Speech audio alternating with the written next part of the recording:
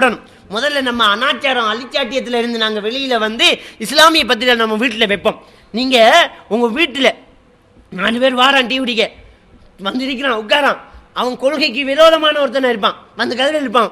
அந்த டீ வைக்கிற அந்த தண்ணி வைக்கிற அந்த தண்ணி வைக்கிற அந்த டீ பவுல ஒரு பேப்பரை போட்டு வைங்க, சத்தியக்குரலை போட்டு வைங்க, ஒரு இஸ்லாமிய பேப்பரை போட்டு வைங்க, ஒரு நல்ல ஒரு ஆர்டிக்கலை போட்டு வைங்க, நல்ல இஸ்லாமிய புக்குகள் வெளியாது அதை தூக்கி சும்மா போட்டு வைங்க, எடு வாசி சொல்ல வேணாம், நீங்க போடுங்க. மனுஷன் பண்பு என்னன்னு தெரியுமா? எடுத்து என்னன்னு பார்க்கணும். மனுஷன் ஒரு பண்பு என்ன தெரியுமா? இது என்னன்னு பார்க்கணும், அது என்னன்னு பார்க்கணும். குறிப்பா மூடி வச்சா திறந்து பார்க்கணும்னு ஆசை இருக்கு மனுஷன். குறிப்பா பாகிஸ்தான்ல விளம்பரம் போடுவோம், அப்படித்தான் விளம்பரம். வாகனத்தில் நாங்கள் ரோட்டில் போன பெரிய போஸ்டர் ஒன்று அடிச்சு அதில் விளம்பரம் போட்டுப்பான் இல்லையா? பாகிஸ்தானில் என்ன செய்வான் தெரியுமா? பெரிய போஸ்டர் ஒன்று அடிச்சு கருத்த கலர் பெயிண்ட் அடிச்சு மஞ்சள் கலரால் மறுபுறம் தயவு செய்து பார்க்காதன்னு எழுதிப்பான். ஆஹா, அதை பார்க்கத்தான் வேணும். அப்படியே காரை ஸ்லோவாக்கி திரும்பி பார்த்தா சவுக்காரத்துக்கு விளம்பரம் போட்டி. மனுஷன் ஒரு விஷயமே அதான். மூடி வச்சா திறந்து பார்க்கும். சும்மா வைங்க, சும்மா வைங்க, மூடி வைங்க. அதை எடுத்து பார்ப்பான். ஒரு கட்டுரை பற்றுரும் அவனுக்கு, ஒரு விஷயம் பற்றும், ஒரு தலைப்பு பற்றுரும் அவனுக்கு, அந்த எழுத்து பற்றும் அவனுக்கு. அப்படி ஏற்பாடு செய்யுங்க. அடுத்தவனுக்கு கிஃப்ட் கொடுக்குற நேரத்தில் இதுகளை கொடுப்போம் நம்ம. இப்படி இந்த ஊடகங்களினூடாக நம்முடைய பங்களிப்புகளை நாங்கள் செய்துட்டோம்னு சொன்னால் அது ஒரு பெரிய ஒரு மாற்றத்தை ஏற்படுத்தும்ங்கிறத நாங்கள் சிந்திச்சு பார்க்கலாம். அப்போ அப்படி நாங்கள் ஊடகங்களுக்கு எழுதணும், வாங்கணும், அதை ஊக்குவிக்கணும். அந்த ஒரு விஷயத்தை நீங்கள் எடுத்துக்கோங்க. அடுத்து இன்னொரு விஷயம் என்னன்னு சொன்னால், இன்றைக்கு இருக்கிற ஊடகங்கள் எல்லாம் இஸ்லாத்தை கொச்சப்படுத்துறது கண்டும் இஸ்லாத்தை குழி தோண்டி புதைக்கிறது கண்டும் திட்டம் கட்டி இருக்கிறத நாங்கள் காணக்கூடியதாக இருக்கிறது. இஸ்லாத்துக்கு எதிரான பல ஊடகங்கள் வெளிவந்திருக்கிறது. ஒரு சலைமர் என்று சொல்லக்கூடிய ஒரு பாரதியார் பைத்துல் முகத்தஸில் கிறிஸ்தவ பிரச்சாரத்துக்கான ஒரு வகுப்பில் வந்து பேசுறாரு. நான் எந்த முஸ்லிம்களை கிறிஸ்தவனாக மாற்றியுள்ளேன் என என்னிடம் கேட்காதீர்கள். அவர் பேசுறாரு என்னன்னு சொன்னா, எந்த முஸ்லிமை கிறிஸ்தவனா மாற்றி இருக்கிறேன் என்கிட்ட கேட்க வேண்டாம் என்று சொல்லிட்டு அவர் என்ன சொல்றார், எத்தனை முஸ்லிம்கள் இஸ்லாத்துக்கு எதிராக இயங்குகிறார்கள் என்று கேளுங்கள். அவன் திட்டம் என்ன தெரியுமா? முஸ்லிமை கிறிஸ்தவனா மாத்துறது இல்ல, முஸ்லிம்களை இஸ்லாத்துக்கு எதிராக இயங்க வைக்கிறது. முஸ்லிமா தான் வைப்பான். அப்பா முஸ்லிம்களை பேச்ச கேட்பான். அப்ப இன்றைக்கு அவனுடைய திட்டத்தை சொல்றான். அவனுடைய திட்டத்தை என்ன சொல்றான் தெரியுமா? எத்தனை முஸ்லிம்களை நான் கிறிஸ்தவனாக மாத்திருக்கிறேன் என்று என்னிடம் கேட்காதீர்கள் என்று சொன்னா, நீங்க போய் முஸ்லிமை கிறிஸ்தவன் ஆக்குறது இல்ல வேலை. எத்தனை முஸ்லிம்கள் இஸ்லாத்துக்கு எதிராக இயங்குகிறார்கள் என்று கேளுங்கள். என்ன அர்த்தம்? எத்தனை முஸ்லிம்களை உங்களுக்கு இஸ்லாத்துக்கு எதிராக இயங்க வைக்க முடியுமோ இயங்க வையுங்க என்கிறான். அப்ப என்ன செய்யணும்? இஸ்லாம் என்ற தோரணையில, முஸ்லிம்கள் என்ற தோரணையில முஸ்லிம்கள் கையில இருக்கிறத புரட்டி கொடுக்கணும் அவங்களுக்கு. இதான் நீ கேட்டது, இதுதான் ஹதீஸ், இதா பார், இதான் பிகு கிதாப், இதான் பார் என்று கொடுக்கணும். கொடுத்தா என்ன செய்வான்? பார்ப்பான். துருல் முக்தார்ல என்ன இருக்குது? மூக்கால ரத்தம் வந்தால் சூரத்துல் ஃபாத்தியாவை மூத்திரத்தால் நெத்தியில் அழினால் நிற்கும். ஃபிக்ஹ் கிதாப், மதரசாவில் ஓதி கொடுக்குற ஃபிக்ஹ் கிதாப். இதை இவங்க பார்த்துக்கிட்டு, ஆஹா சூரத்துல் ஃபாத்தியாவோட மகிமையோ மகிமை என்று இவங்க பார்க்கான். அவன் மூத்திரத்தால எழுத வச்சுட்டான். அட எழுதாட்டியும் அதை சரி கண்டதில் ஈமம் பாலா போஞ்சா இல்லையா? அப்போ முஸ்லிம்களை இஸ்லாத்துக்கு எதிராக இயங்க வைக்கிறதை அவர்களுடைய திட்டங்களாக இருக்கிறத நாங்கள் பார்க்குறோம். அப்போ அவர்கள் போடுற புத்தகங்கள், கட்டுரைகள், கதைகள், போட்டோக்கள், ஆபாசமான போட்டோக்கள், படங்கள், இதெல்லாம் பெரிய தாக்கத்தை ஏற்படுத்துது. நினைக்கிட்டா அன்றைக்கு கெய்ரோவில் 1896 முதல்ல இஸ்லாமிய ஒரு நாட்டில் திரையரங்கு ஏற்பாடு செய்யப்படுது. இன்னைக்கு 112 வருஷத்துக்கு முன்னால நினைக்கிட்டா முதல் ஒரு திரையரங்கை கொண்டு போய் அங்கே வச்சா எதிர்ப்பு வந்துச்சு. அப்ப திரையரங்கா அப்படின்னு சொல்லி எதிர்ப்பு வந்துச்சு. அப்ப அவன் என்ன சவால் விட்டான் தெரியுமா? இன்னைக்கு இந்த திரையரங்கு நான் எடுக்கிறேன், ஒவ்வொருத்தர வீட்டுக்குள்ளேயும் கொண்டு வருவேன் அந்த திரையரங்குன்னு சவால் விட்டான். இன்னைக்கு வந்துட்டு ஒவ்வொருத்தர வீட்டுக்குள்ளேயும் ஒவ்வொருத்தர போன்லையும் இந்த திரையரங்கு பார்க்குறோம். டிவியை திரையரங்கா தானே பயன்படுத்திக்கான். அப்போ பயந்து வாப்பாக்கு தெரியாம படம் பார்க்க போற. இப்போ வீட்டுக்குள்ள சேனலை மாற்றி இது பிடிக்கல அதண்டு பார்க்கலாம், டிவியில் பார்க்கலாம், ஒரு காரில் பார்க்கலாம் படத்தை. இன்னைக்கு மாத்திட்டானா இல்லையா? சிந்திச்சு பாருங்க. 1906 மோஷா என்று சொல்லக்கூடியவன் லத்தீபா என்னும் ஒரு நாவல் எழுதினான். அந்த ஊடகங்களூடாக முஸ்லீம்களை எப்படி கொச்சப்படுத்தலான்னு பாருங்க. 1906 மோஷா என்று சொல்லக்கூடிய ஒருத்தன் லத்தீபா என்று சொல்லக்கூடிய ஒரு நாவல் எழுதினான். அந்த நாவலுடைய அந்த அந்த கதைகளை எப்படி அவன் எழுதினான்னு சொன்னா, அரேபியர்களை கொடூரமானவர்களாக சித்தரித்த அந்த நாவல் கதை எப்படி எழுதுறான்னு சொன்னா நல்லா இருக்கும், இன்ட்ரெஸ்டான கதையா இருக்கும்.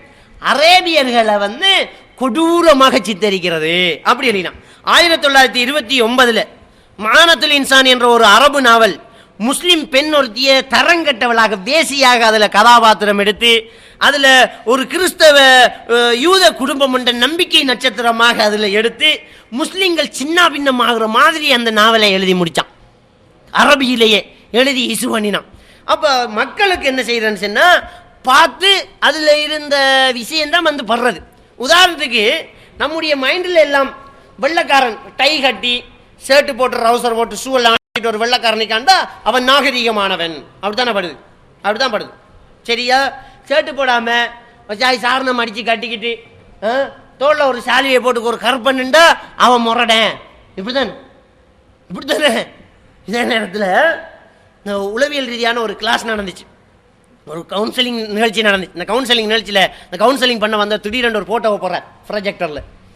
போட்டோவில் ஒரு வெள்ளைக்காரன் டை காட்டி ரவுசர் போட்டு ஷர்ட் எடுத்துக்கிட்டு ஒரு வெள்ளைக்காரனும் ஒரு சாரணம் அடிச்சு காட்ட 2 பேரும் சண்டை பிடிக்கிறாங்க. கொஞ்ச நேரம் போறாரு, அந்த படத்தை எல்லாம் பார்க்குறாங்க. நல்லா பாருங்க.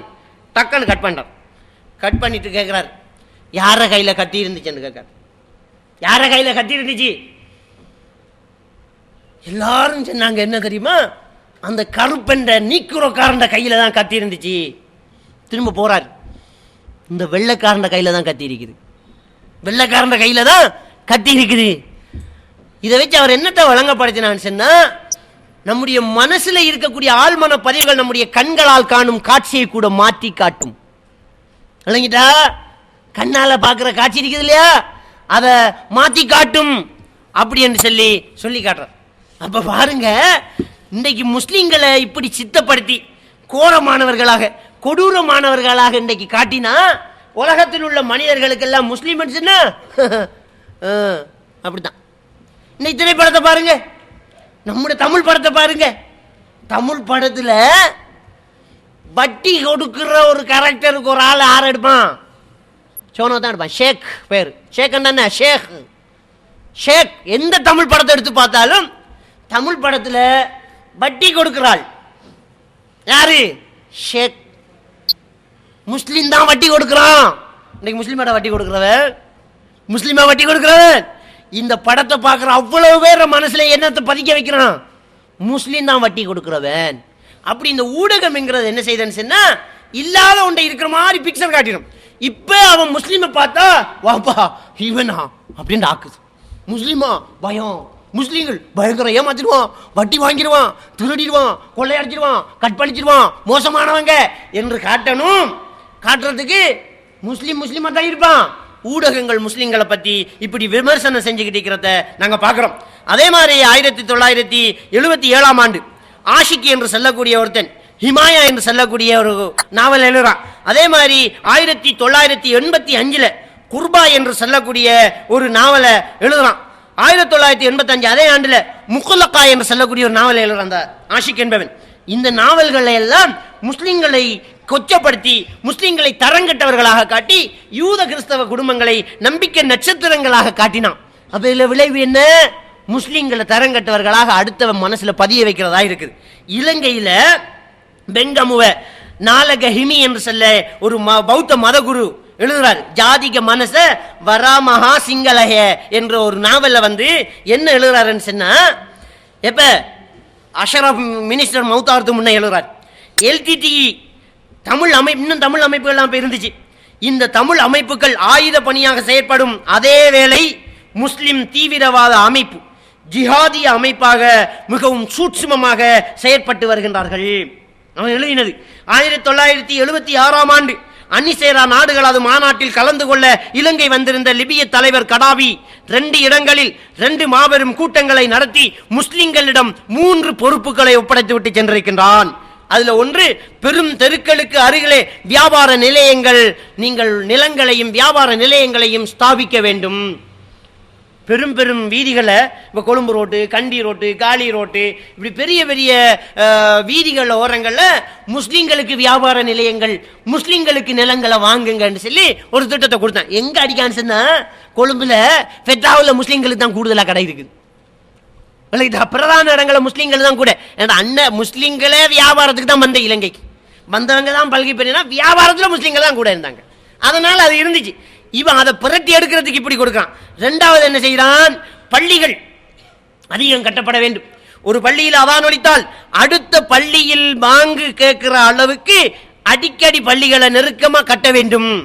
மூன்றாவது திட்டம், தனது பேரன் கடாபில பேரன் மீண்டும் இந்த நாட்டுக்கு வர நேரம் இந்த நாடு முஸ்லிம் நாடாக மாறி இருக்க வேண்டும் என்று 3 திட்டங்களை அவன் தீட்டினான் என்று சொல்லிட்டு அவன் தொடர்ந்து என்ன எழுதுறான் தெரியுமா, இதுக்கு பணம் தருவதாகவும் அவன் வாக்களிச்சுக்கிறான். காணி வேண்டணுமா, நிலம் வேண்டணுமா, பணம் தர்றதாக அந்த லிபிய தலைவர் கடாபி வாக்களிச்சுக்கிறான் சொல்லிட்டு அஷரஃபுக்கு அடி உள்ளது. 2012ஆம் ஆண்டு ஆட்சிக்கு வர இருக்கும் அஷரஃப் என்பவர் தான் இந்த திட்டத்தின் பகடை கயங்கிறார். அவன் வெளியின அப்ப 2012ஆம் ஆண்டு இந்த அஷரஃப் ஆட்சிக்கு வந்துடுவான், ஜனாதிபதி ஆகுவான், இந்த நாடு முஸ்லீம் நாடாகும். அவ்வளவு வேகமாக இவன் மறந்துட்டு இருக்கிறான். இதுக்கு திட்டம் போட்டதே இதுதான் இப்படி சொல்லி இல்லாத ஒரு கதையை எழுதி விட்டான். அப்ப சும்மா இருந்த அஷரஃப் என்ன செய்யறாரு, அல்லாஹ் அலம் கொல்லப்படுறாரு. எந்த தாக்கத்தில் தெரியாத கொல்லப்படுறாரு. சும்மா முஸ்லீம்கள் ஒரு தாக்கம் என்ன செய்யப்படுது, ஏற்படுத்தப்படுது. இப்படி நம்ம நாட்டிலே இஸ்லாத்துக்கு எதிராக என்ன செய்யப்படுது, விமர்சனங்கள் அவ்வப்போது வந்துகிட்டே இருக்குது. இது பெரிய தாக்கத்தை ஏற்படுத்துது, பெரிய பெரிய தாக்கத்தை ஏற்படுத்துது. நேரம் நெருக்கமாக்கிறதுனால நம்ம அதோட முடிச்சு கொள்வோம். அந்த ஊடகங்கள் இவ்வளவு பெரிய தாக்கத்தை ஏற்படுத்தி முஸ்லீம்களை கொச்சப்படுத்தி காட்டிக்கொண்டிருக்கிற நேரத்தில் நம்ம முடியுமாக இருந்தால் எந்த ஊடகத்துக்கு நம்முடைய இஸ்லாமிய தத்துவங்கள் எழுதலாமோ எழுதுங்க. தினகரனுக்கு எழுதுங்க. வீரகேசரியில ஒவ்வொரு ஞாயிற்றுக்கிழமையும் ஒரு இஸ்லாமிய ஒரு பகுதி ஒன்று இருக்குது. அதில் அக்கறைப்பட்ட சேர்ந்த ரிப்போர்ட்டர் மீரா அதுக்கு பொறுப்பு. அவர் கேட்குறாரு, ஆர்டிக்கல்ல தாங்கப்பா நான் போடுறேங்கிறார். என்ன கூட தௌஹீத் கொள்கையிலேருந்து தாங்கன்னு கேட்குறாரு. அவர் எழுதி தாங்க போடுறேன்னு சொல்ல ஒவ்வொரு ஞாயிற்றுக்கிழமையும் அவர் எழுதுறார். எழுதுங்க, எழுதி எங்களை பள்ளிவாசலுக்கு அனுப்பிங்க, நாங்கள் கொடுக்குறோம், வீரகேசரி கொடுக்குறோம். உங்களுக்கு என்ன பத்திரிகைக்கு எழுதலாம எழுதுங்க. 10 தடவை இங்கே 11வது பிரசுரமாகட்டும். எழுதுங்க. சிங்கள பத்திரிகைக்கு சிங்கள ஆற்றல் உள்ளவங்க எழுதலாமா, எழுதுங்க. என்னத்தை எழுதுங்க, இஸ்லாத்தை பற்றி மக்கள் தவறாக புரிஞ்சு கொண்டிருக்கிற சப்ஜெக்டை எடுத்து இதுதான் இஸ்லாம், வாளால் பரப்பப்பட்டது இஸ்லாம் என்று தருகின்றார்கள், இஸ்லாம் யுத்தம் செய்தது இன்னென்ன கட்டத்தில் தான் எழுதுங்க. உங்களுக்கு தெரிஞ்சதை எழுதுங்க. அப்போ ஊடகங்களை இஸ்லாமிய விஷயங்களாக மாற்றி பாருங்க. தனி இஸ்லாமிய ஊடகங்களை உருவாக்குங்க, இருக்கிறத ஊக்குவீங்க. அடுத்த ஊடகங்களை இஸ்லாமிய கருத்துக்களை திணிக்க பாருங்க. இஸ்லாம் அல்லாத இஸ்லாத்துக்கு எதிராக இருக்கக்கூடிய ஊடகங்களை நம்ம சமூக பகிஷ்கரிப்பு செய்வோம். வளர்ந்து வரும் நம்முடைய சமூகங்களுக்கு, வீட்டிலே இருக்கக்கூடியவர்களுக்கு அதை ஒரு அநியாயமான ஒரு விடயமாக அதை காட்டி அதனுடைய ஆபத்தை விளங்கப்படுத்துவோம். எல்லாம் அல்ல அல்லாஹ்வுக்கு சுப்ஹானஹு வ தஆலா நம் அனைவரை ஈமானோடு வாழ வைத்து ஈமானோடு மரணிக்க செய்வானாக.